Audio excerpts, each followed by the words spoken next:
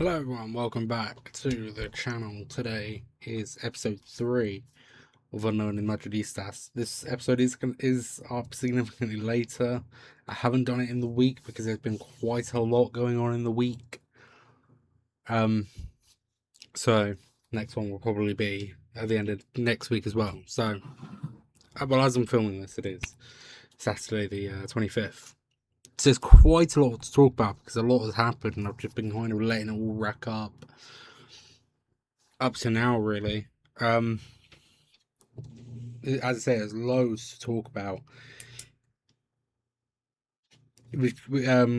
Valdepenas, who looks to depart for Fiorentina. I'm pretty sure there was like a deal agreed. The preseason game yesterday against Alcoron and our other upcoming preseason games. Cucurella and Spain winning the World Cup. The Bastoni deal being off. Fulham interested in a couple of the Madrid players. Possibility of signing Rodri and Diomande. That I think we've already put a bid in of around like 100 million, but then it got rejected by Leipzig, so that kind of sucks. But yeah, let's just sort of go in order of what's sort of happened.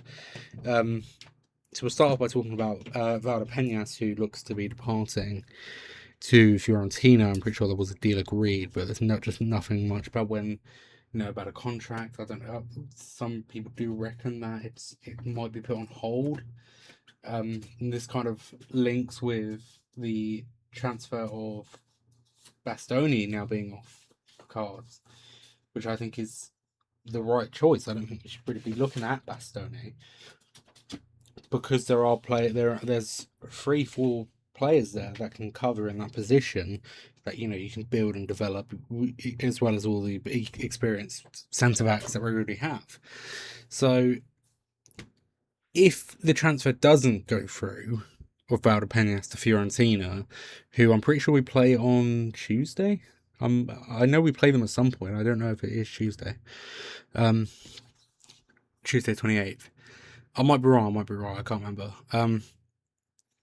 But Valdepenas departing, I said it actually, I think on my first episode, I think either Aguado, Martinez or Valdepenas will leave, and that's certainly what is happening. Because when you've got those three at centre back, some having to go out to left back just to even get some minutes, but then you think about Manu Serrano, who's at left back for the academy, so it's really tough to get them all in. I think Valdepenas is the one I would have said to leave, mostly because I think Aguado looks ready for the first team, and Martinez just needs a little bit more time in the academy in another year or two. Valdepenas seems ready to go on. I don't think he's good enough. He's too good for the academy, but I don't think he's ready. So I think this is perfect for him to leave. And retaining his rights as well will be decent as well. And obviously Lamini Fati also wants to be a starting choice for Jose Mourinho, but I very much doubt it would be him.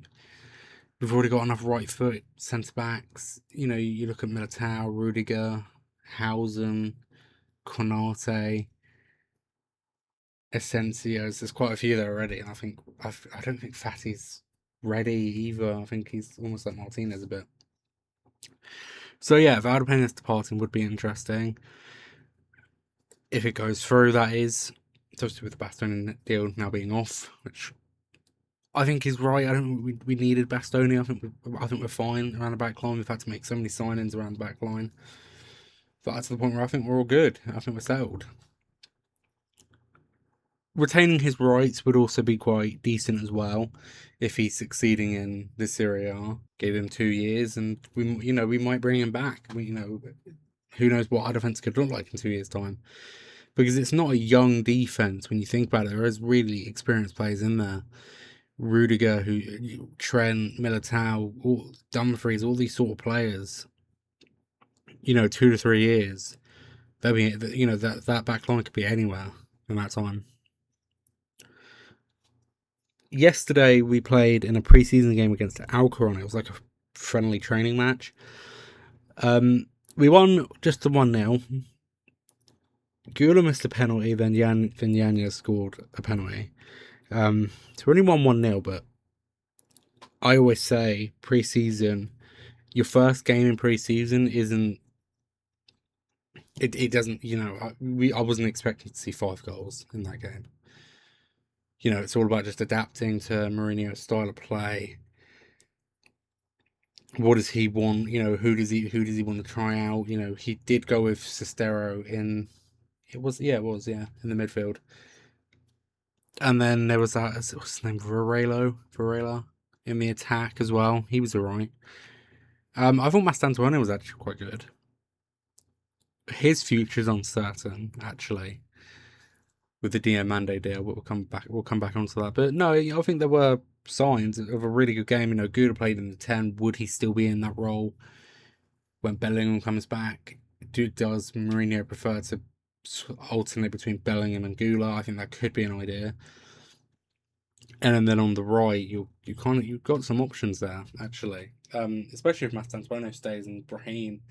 But I do see one of them leave him to allow room for Diomande. And then what's the future like for injuries? It's a very stacked squad. It's superstars. But then everyone sort of wants to play. But yeah, I know. I do think we were quite good against Alcoron, actually. And it'd be good to see who else Mourinho wants to play on Tuesday. I know we play on Tuesday. Let me just pull up the preseason matches. So I think so far we've got like 4 confirmed. I could be wrong there. If I just pull it up 1 second, because I know we play Fiorentina. I know we play Ferencváros. We play Deportivo in a final. If I just pull up now, preseason. Okay, yeah. Obviously, we done the one against Alcoron. We won 1-0 thanks to a Yanez penalty. On Tuesday, it is a training match again against Leganés, which is interesting. It's at Valdepenas, but it's not at the Alfredo Di Stefano, but it's one of the smaller pitches. Then on August the 1st, we have to play Fiorentina. That's in Austria. These are proper friendlies now. Then on the 8th of August, we play Ferencváros in Budapest. And then on 12th of August, we play in the Teresa Herrera Trophy against Deportivo. So that it's an interesting one, because he did play 4-2-3-1 Mourinho. He used a bit of the academy. I thought it was a decent game, actually. As I said, I didn't expect 5 goals to go in. I didn't know what to expect. But no, it's promising signs. We move on to Tuesday. It'd be interesting to see who plays there, because I'd be very surprised if he fielded the same team. I wouldn't. Players like Lunin would probably start. You'd expect. And any academy players that didn't really play that much. But this is what preseason's for, just try out all different ideas and see what one works. So Cucurella and Spain win the World Cup. Amazing for Spain. It was quite sad, actually, the some of the news that came out. Unfortunately, some people passed away after the celebrations going into Monday morning.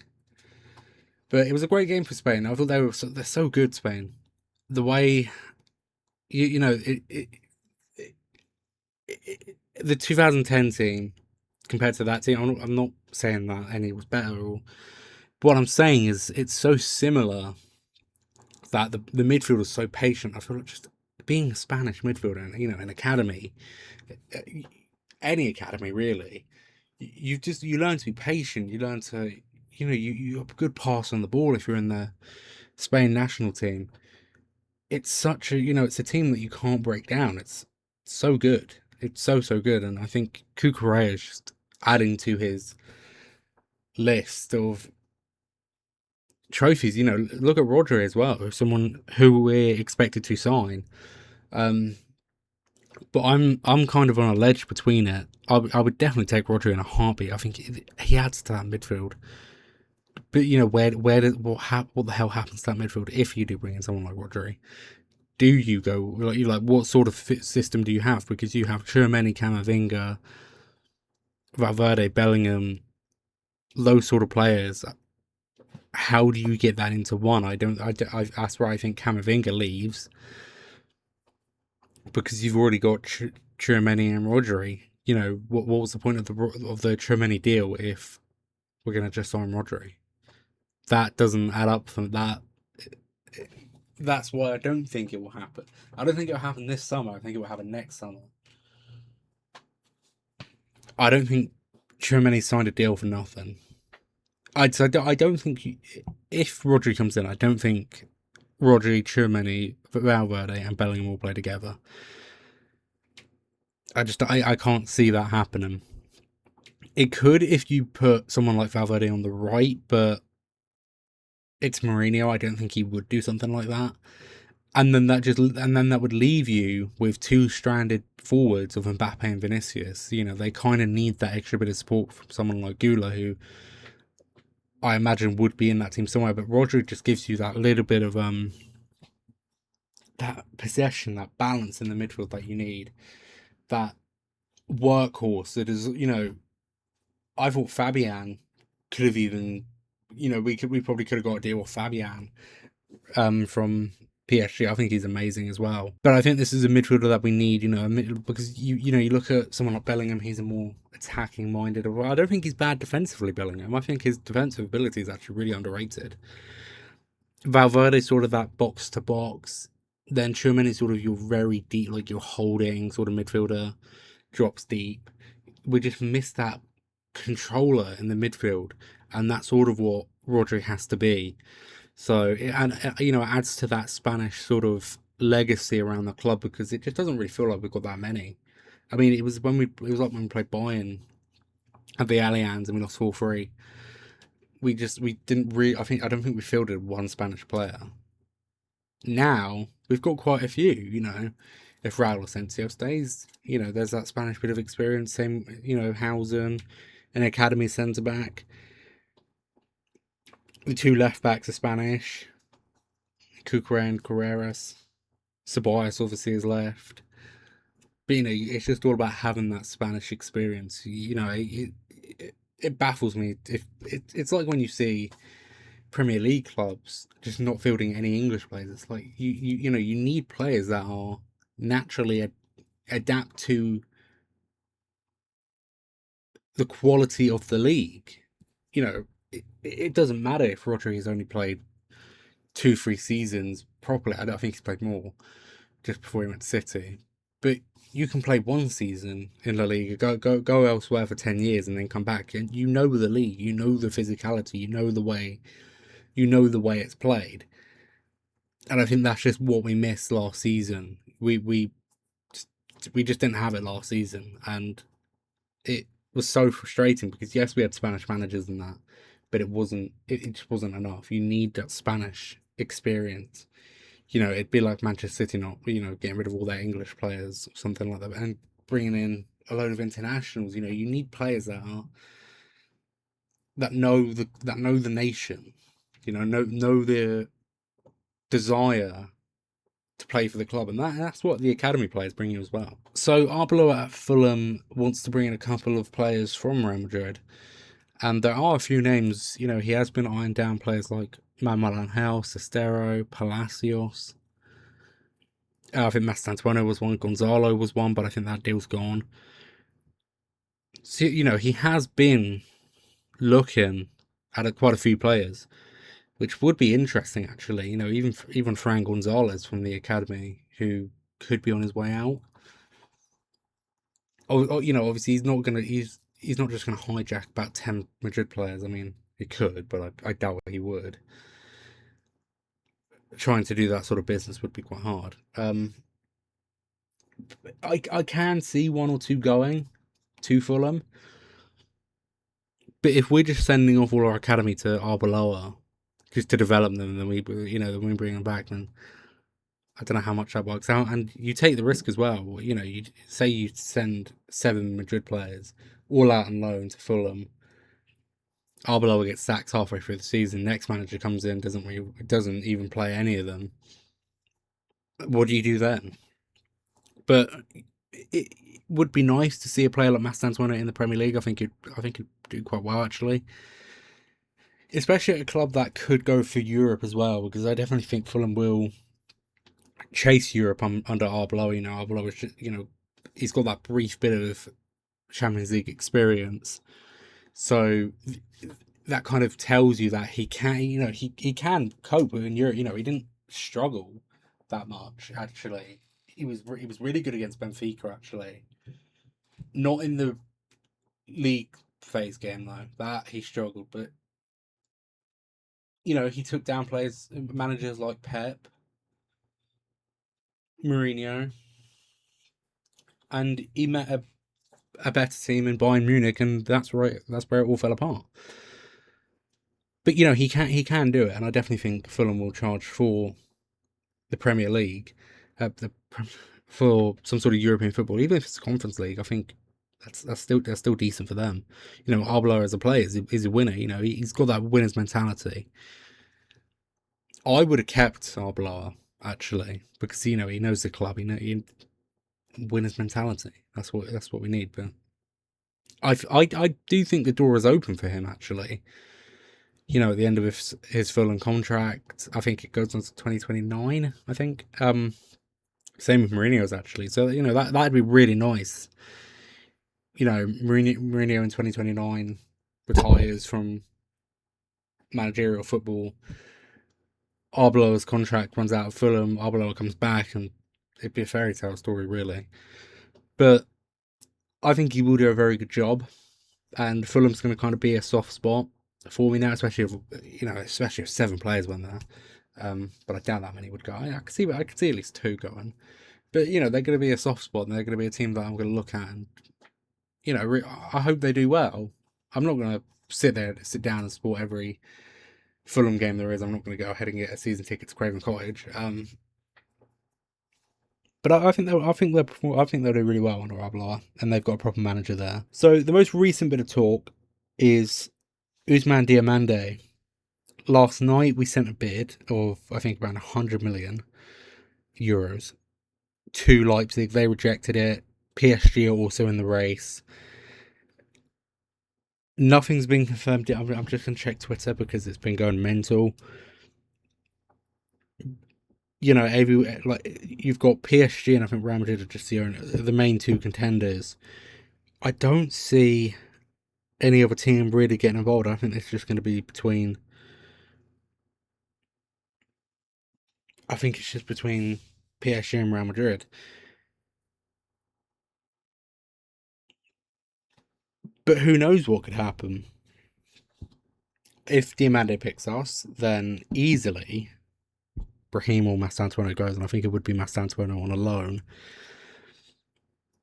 But Diomande, what a player! Watched him in the Champions League last season. They weren't in the Champions League last season, no. When Mark Goldwich done a couple of the Bundesliga games. Where did I watch him? It might have just been a few Bundesliga games, actually. That where obviously Mark Goldwich had the license for. Watched a few. Didn't watch all of them. I watched a couple. At the World Cup, I thought he was alright.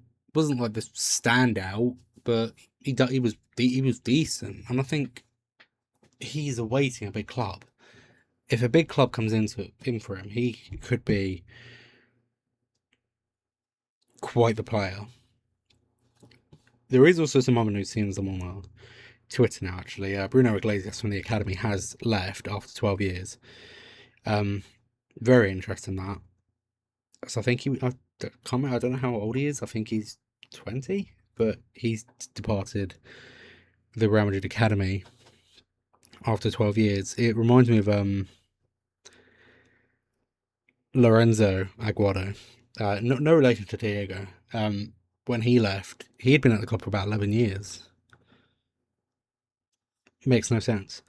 Other news is that Fran Gonzalez is set to join Sevilla. Very interesting move, that. Given how, I think, was it in Ireland his contract ran out? But, the other news that is circling is that Arsenal want to sign Vinicius Jr. I can't see that happening. Even if he left on a free, I don't see him going to Arsenal. And it is revealed that Vinicius and Real Madrid are going to have contract negotiations on Monday. But Arsenal are really in for Vinicius. They really are in for Vinicius.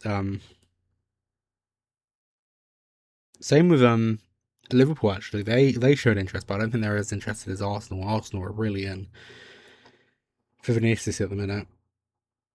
And they want to get him on a free. So obviously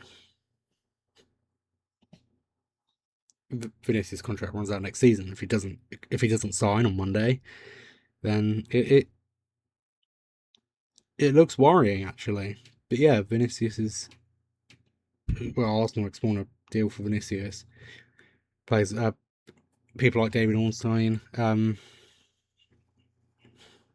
very highly rated journalist, covering it. Real Madrid are confident they can get the deal for Diomande done this weekend.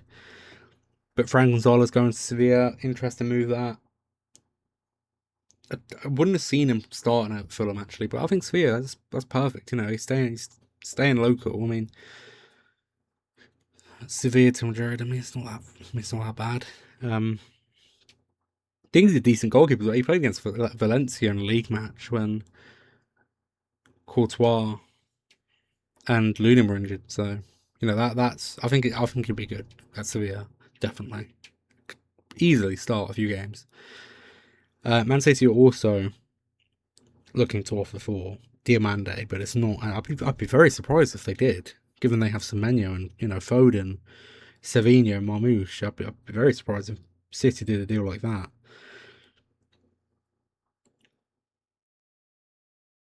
But it's really interesting because I think we've just most recently sent a package of 120 million plus add-ons for Diomande. That's great. That's the Galactico signing that we need. If Rodri were to be there as well, again, I doubt it. If you're putting in all that money for Diomande, Tchouaméni's had a contract extension. Do you go in for Rodri? I think that's the talking point, really. I do think that is. It's Diomande and Rodri. Where do they lie? Madrid this summer is very busy. Last summer I don't think we were up to anything last summer. I don't even know if we saw. I mean, yeah, we signed. I think Mass Sanspana, and that was about it. Carreras and Trent and that, but they were all like before the Club World Cup and that. But like last season, like none of this was happening last season. Madrid want to sign these players. This is a big summer, and goodness me, I mean, come back in a week. We could be anywhere in a week. But I look forward to it, actually. Really, really looking forward to it. Who knows what our team could be? I can't even picture what the first game against Espanyol even looks like. It's so tough to see, like, to predict what that lineup would even be. It's wild. It really is. Also, just some other news as well in the Champions League. Obviously, we're in pot one. We'll get two teams. We'll have to play two of them. Really big teams in there, actually. You've got the likes of City, Arsenal, Liverpool, Inter Milan, Paris Saint-Germain, and Bayern Munich. I think they're the teams that we can play. I don't want to get Liverpool for the third year in a row. Not that I think they'd beat us. I don't think they would, actually. I said that the past 2 years, and then they beat us. I wouldn't mind getting into Milan. It's been a while. It's been a couple of years since we played into Milan, actually. Out of all these other teams, I think Inter Milan has been the one that we haven't played Inter Milan, that have been 21-22 group stage. Barella's red card. I think that was it. Or we probably played like friendly sense or something. Because that was one. It was that was 21-22. Was like the year before that we pulled like the exact same group. Because we had like Shakhtar, Inter Milan, and Gladbach or something. It was something like that. But I'd love to play Inter Milan actually. I don't think we play that many. We don't play that many Italian teams often. But last time we did in the Champions League was AC Milan. But I might be wrong though. I don't know. The season we had AC Milan and Atalanta. I no, we don't. We played Juventus last season. I don't know. We just haven't played Inter Milan in a couple of years. It'd be really good to play them. Um, who else would I want to play in that? I don't really want to be seeing Liverpool or City because we play them every season. Every flipping season we play them. So I don't want to play any of them. Arsenal could be alright, but I think we have to be at home for that though. I don't know. If I had to pick out two of those teams, Inter Milan and Arsenal, do that. Bayern and PSG, just stay away. Stay away. Liverpool and City, stop playing us. But yeah, I can't wait for the Champions League, especially with all these new players. It'd be really. I think we're in for a really good season, especially if we can get Diomande and Rodri over the line. That would just be it'd be the perfect summer. Like we if we wouldn't win the Champions League with that team, I think I would drink bleach live. So look, there's the hype around this team.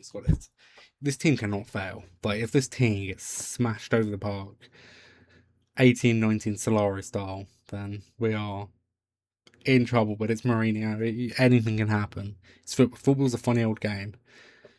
Who knows? Atletico Madrid could win the league. I can't even believe I'm uttering those words. But yeah, that's all from this episode. So much news going on over the World Cup's done now, so and we're only a couple of weeks away from the start of the season, so it's all kind of going down now. I'm vlogging on Tuesday, so I'm going to see some family on Tuesday. So I'm gonna vlog that on Tuesday. I don't know. I don't know if it's gonna be long. I really don't know. But I'm gonna vlog on Tuesday. But yeah, other than that, that's all it from me. Thanks for watching. I'll catch you on the next one. Peace.